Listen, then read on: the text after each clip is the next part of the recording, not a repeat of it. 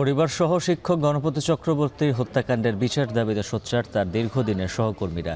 এ বিষয়ে আরও জানাতে পুলিশ কমিশনারের কার্যালয় থেকে যুক্ত আছেন সহকর্মী মোকাররম হোসাইন। মোকাররম, জানাবেন এই হত্যাকাণ্ডে এখন পর্যন্ত কোনো মামলা হয়েছে কিনা, আর শিক্ষক গণপতির সহকর্মীরা কি বলছেন? উজ্জ্বল, আজকের যেই মরদেহ উদ্ধারের ঘটনা, সেই ঘটনার বর্ণনা খানিকক্ষণ আগে রংপুর মেট্রোপলিটন পুলিশ কমিশনার দিয়েছেন।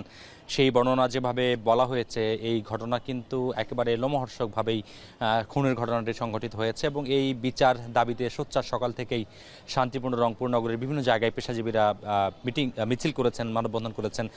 গণপতি চক্রবর্তী দীর্ঘদিনের যেই প্রতিষ্ঠান যেখানে তিনি কাজ করেছেন, শিক্ষার্থীদেরকে পড়িয়েছেন, রংপুর জেলা স্কুলের শিক্ষকরা মানববন্ধন করেছে, শিক্ষার্থীরা মানববন্ধন করেছে। কারমাইকেল কলেজে তার মেয়ে যেখানকার শিক্ষার্থী ছিলেন, সেখানে মানববন্ধন হয়েছে, কর্মসূচি হয়েছে এবং খানিকক্ষণ আগে এখানে প্রবেশ করেছেন রংপুর বিভিন্ন শিক্ষা প্রতিষ্ঠানের শিক্ষকরা। রংপুর গভর্নমেন্ট গার্লস, রংপুর জেলা school, police line school and college, collectorate কলেজের শিক্ষকরা এসেছেন পুলিশ কমিশনের সঙ্গে দেখা করে এবং এই ঘটনার সুষ্ঠু বিচার এবং দ্রুত এই বিচার নিষ্পত্তি করবার জন্য তারা দাবি তুলছেন। জানি রাখি, আজকে কমিশনার যেটি জানিয়েছেন যে এই ঘটনায় দুজনকে আটক করা হয়েছে ভোররাতে এবং যেই দুজন হত্যাকাণ্ডের দায় স্বীকার করেছেন এবং স্বীকারোক্তিমূলক জবানবন্দি দিয়েছেন। জবানবন্দির যেটি বর্ণনা সেটি ছিল এরকম যে দুজন খুনি যারা আসলে গণপতি চক্রবর্তীর বাসায় বৃহস্পতিবার মধ্যরাতে ইয়াবা সেবন করছিলেন, সেই ইয়াবা সেবনের সময় তারা বাড়ির ছাদে হাঁটাহাঁটি করছিলেন।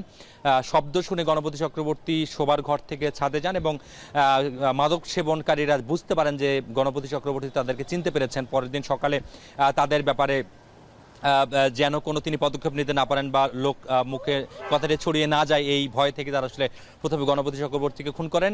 গণপতি চক্রবর্তী যখন খুন হচ্ছিলেন তখন তার যে খুন হবার শব্দ, সেই শব্দ শুনে তার স্ত্রী প্রীতিলতা চক্রবর্তী এবং মেয়ে তারাও ছাদে যাওয়ার চেষ্টা করছিলেন এবং সিঁড়িতে খুনিদের সঙ্গে তাদের দেখা হয়, সেখানেই তাদের দুজনকে হত্যা করা হয়। এরপরে বাড়িতে প্রবেশ করে গণপতি চক্রবর্তীর পঞ্চম শ্রেণী পড়ুয়া জেলা স্কুলের শিক্ষার্থীকে তারা খুন করেন এবং খুন করবার পরে সেই বাড়িতেই বৃহস্পতিবার মধ্যরাত থেকে শুক্রবার দুপুর পর্যন্ত খুনিরা অবস্থান করেন এবং সেখানেই তারা গোসল করেন, ডাইনিং টেবিলে রাখা খেজুর খান এবং শশা খেয়ে তারা সেখানে দুপুর পর্যন্ত অবস্থান করেন এবং এরপরে তারা সুযোগ বুঝে বাইরে বেরিয়ে যান।